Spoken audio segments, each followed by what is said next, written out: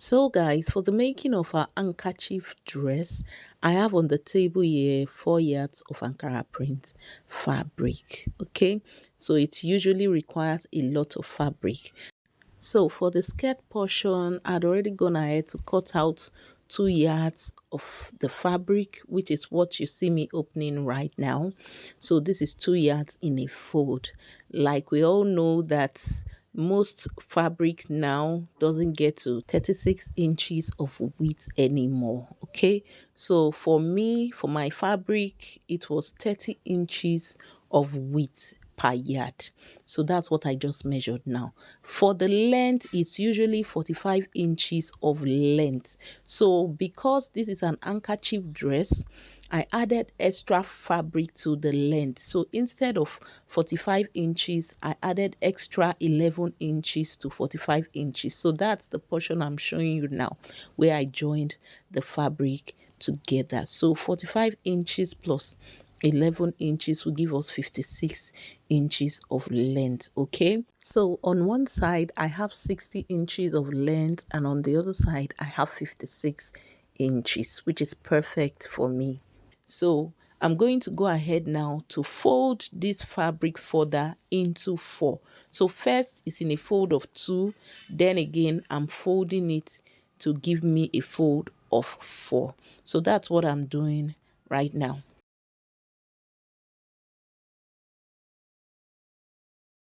So our first measurement, which we're going to be taking, will be the waist measurement, which is also referred to as the radius. So that's the portion there.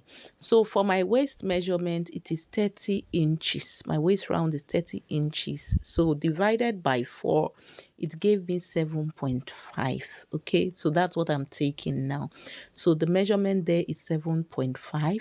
So I'm going to try to take that 7.5 curve or measurement around that angle there, which is what you're seeing right now. So I'm sort of creating the radius like so. So I'll go ahead to mark it on both sides of the angle there like so. So I'll be making that indication on the other side as well. And then afterwards, I'm going to be taking the measurement, the length from that pointed area there. So for me, it gave me 4.5. That's what we had there. And that 4.5 measurement is what I am taking round to get to the other end, like so. So now that we have gotten the actual measurement for the waist, I also went up by half of an inch, okay, which is 0.5 allowance, seam allowance. So this will serve for my seam allowance, because if we are to cut on that exact measurement we took for our waist now, this fabric will be too wide on the waist, which is what we do not want. Okay, we do not want extra fabric remaining. So from the radius point there, I went down by 22 inches on one side, and I also went down by 22 inches on the other side, like so. Now I'm going to be using my straight rule now to draft a straight line all the way to the border area there, and I'll be repeating the same process on the other side like so. So I'll be taking a straight line from that point which I marked to meet the other points on the other side like so. I hope you understand. So now we are done drafting our pattern. I'll go ahead to cut out our handkerchief skirt pattern.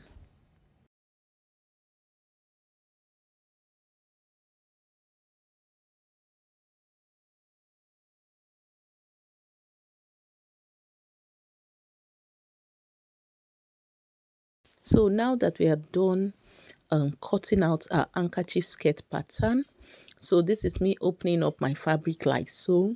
Remember that we have not slit this fabric open, so we need to open one side, which will serve for the zipper area at the back. So I'm simply opening the side where I attached fabric, so ensure to do that. So this is what we have now. Our fabric is now open. So you can see me arranging it properly, and when I'll put it on the table now, you can already see it taking the shape of an handkerchief skirt. So this is what we have. This is what it is looking like. So we're going to be setting this aside now to work on the main bodies of this dress. So this is the fabric for the top portion. It's in a fold of four, one piece for the front and the two separate piece for the back. So I took my starting line measurement, and on the starting line now I'm taking my shoulder to shoulder measurement of 8 inches. So for my neck width, I took a measurement of 3 inches, and then for the back neck pattern I took a 1.5 inch of depth, and for the front neck pattern I'll be taking a 3.5 inches measurement. Okay, so using my free hand now, I'm going to be drafting my simple curve for the back neckline and also for the front neckline, like so. So the next measurement I went ahead to take was my shoulder to shoulder of 1 inches, and using my straight rule I connected it back into the neck point there. So from my shoulder slope there, I went down by 11 inches, which was set for my bust point. And then using my straight rule now, I'm drafting a straight line across. And I also went down to take my waistline. From my shoulder slope, it is 16 inches. So on my bust line, I went up by 2 inches. So that point is going to be my chest point. And using my straight rule now, I connected it back to the shoulder slope. So that area there is where I'm taking my bust round of 10 inches from, like so. And then I added extra 1 inch allowance to it. And because I wanted to draft a continuous sleeve pattern, I extended my shoulder slope by 2 inches, and using my curve rule now, I'm simply connecting it back into my shoulder slope, like so.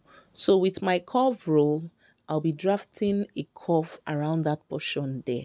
So this is going to serve as my armhole area. Okay, so if you've watched some of my videos, you would have seen me drafted a continuous sleeve pattern. So on my waistline, I took my waist measurement of 7.5 inches and I added extra 1 inch allowance to it. So using my curve rule now, I'm simply connecting the waist area there to the bust area on the side, like so. And afterwards, I went ahead to cut out my pattern. So I'll go ahead to also separate the front pattern from the back pattern to enable me cut my front neckline pattern, like so.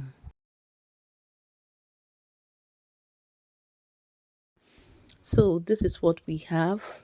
You can see the difference between the front pattern and the back pattern. The front pattern is a single piece of fabric, while the back pattern are two separate pieces. So I also went ahead to cut the lining piece for this dress. So I've gone ahead to join the lining piece to the main fabric, and I also flipped it over to the right side and ironed it out. So now I'm simply placing the front pattern on the back pattern, like so, and I'm going to be stitching on both sides. So ensure to retake your measurement again on the side before sewing. Okay, so my bust round is 40 inches divided by 4 will give me 10. So in a fold of 2 now, it is supposed to give me 20 inches. And then my waist round is 30 divided by 2 give me 15. So that's the measurement I am retaking now on the side. So that line you see me drafting on the side there is going to be for my seam.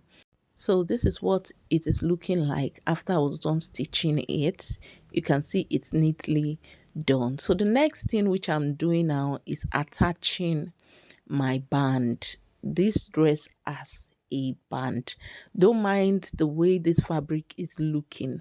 I actually wanted to make pleated bands, but the fabric would not have been enough, and so I just went ahead to fold in two and I stitched it on the waist portion there, like so.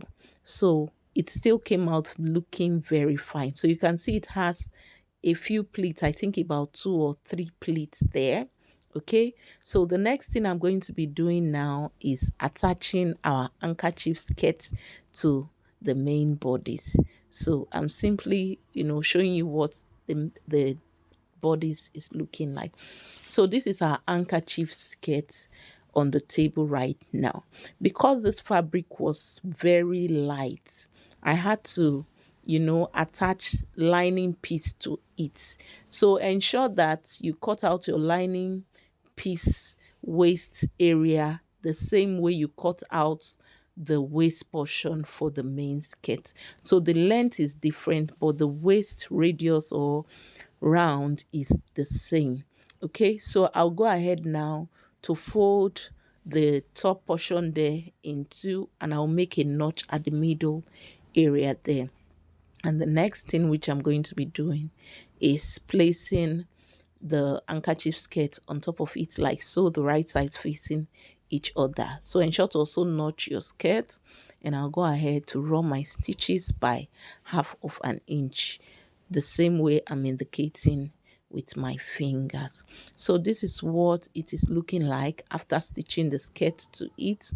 Okay, so you can see the way it's dropping, it's looking very fine.